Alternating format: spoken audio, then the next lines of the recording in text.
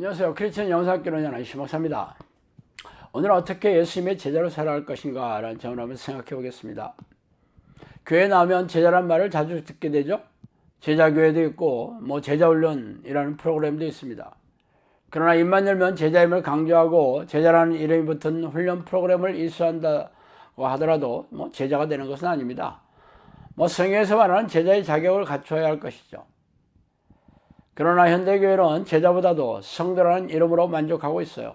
성도는 영적 기도를 마치고 교회 마당을 밟고 있으면 불려지는 이름이기 때문입니다.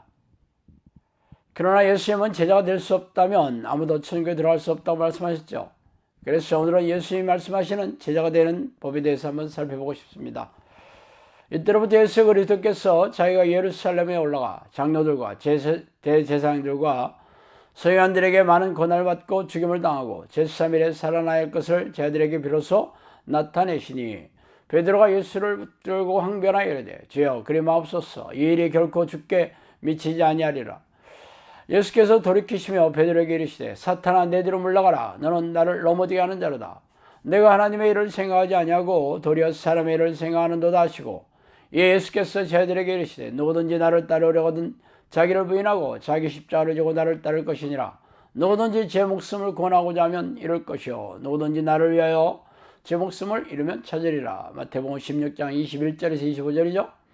물론 내게 오는 자는 자기 부모와 처자와 형제와 자매와 더욱이 자기 목숨까지 미워하지 않으면 능히 내 제자가 되지 못하고 누구든지 자기 십자가를 지고 나를 따르지 않은 자도 능히 내 제자가 되지 못하리라.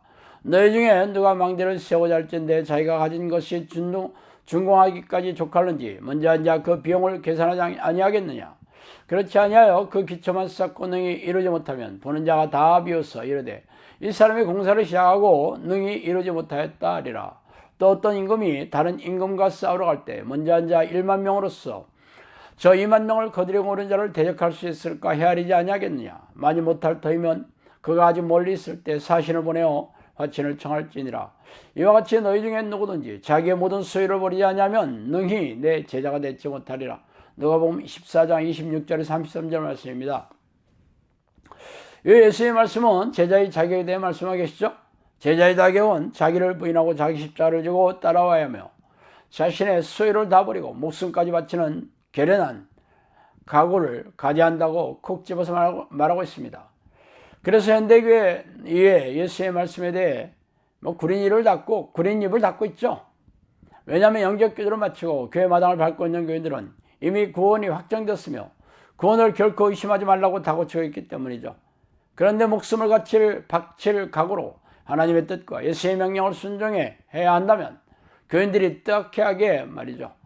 그래서 현대교회 목사들은 성경 말씀을 자의적으로 해석하여 아전 인수식으로 받아들인 교단 신학자의 주장을 교단 교리로 삼아서 가르치고 있어요. 그러나 천지가 사라지더라도 예수의 말씀은 결코 떨어지지 않는다는 말씀을 기억하면 왜 제자의 자격을 무시하거나 덮어둔다고 해서 없는 것처럼 되겠어요? 그렇다면 어떻게 해야 제자의 자격을 얻을 수 있는지 한번 살펴봅시다. 예수님께서 십자가에 들어가시고 3일 만에 부활하실 것을 제자들에게 말씀하시자 제자들은 멘붕에 빠졌죠. 모든 것을 버리고 예수님을 따랐던 제자들에게 청천벽력 같은 소리였기 때문입니다. 그래서 베드로가 예수님의 바짓가랑이를 붙들고 절대로 그렇게 할 수 없다고 하자 예수님의 입에서는 경악스러운 말씀이 튀어나왔죠. 베드로의 말이 아니라 사탄에 넣어준 말이라고 말이죠. 예수님은 제자의 자격으로 자기를 부인하고 목숨까지 바칠 각오로 십자가를 져야 한다고 말씀하고 계십니다. 자기 부인의 정확한 의미는 하나님의 뜻에 반하는 모든 자신의 계획이나 생각을 쓰레기통에 버리고 하나님의 뜻을 위해 자신의 모든 것, 그 소유라고 얘기했죠. 모든 것을 바쳐야 한다고 콕 집어서 말씀하고 있습니다. 그래서 영상학교는 기도훈련의 일환으로 자기 부인의 훈련도 겸하고 있습니다. 그러나 이미 죄로 오염된 상태에서 태어난 인간은 본성적으로 하나님이 아니라 자신의 주인이 되어 자기 마음대로 살고 싶어요. 그래서 성경은 모든 사람은 예외 없이 죄인이라고 선포하고 있는 이유입니다. 그러므로 성경에서 죄라고 말하는 하나님의 뜻이 아닌 것들을 죄다 싸워서 버려야 하겠죠. 이것이 바로 십자가를 지고 따르는 제자의 도리입니다. 그러나 아무리 훈련을 받고 자신의 일을 악물고 애쓴다 할지라도 예수님이 인정하시는 제자의 자격에 도달하기는 어려워요. 그렇다면 예수님께서 할 수 없는 것을 우리에게 명령하셨을 리가 만무하겠죠. 그렇다면 어떻게 해야 목숨까지 버리고 하나님의 뜻에 순종하는 자기 부인의 경지에 오를 수 있을까요?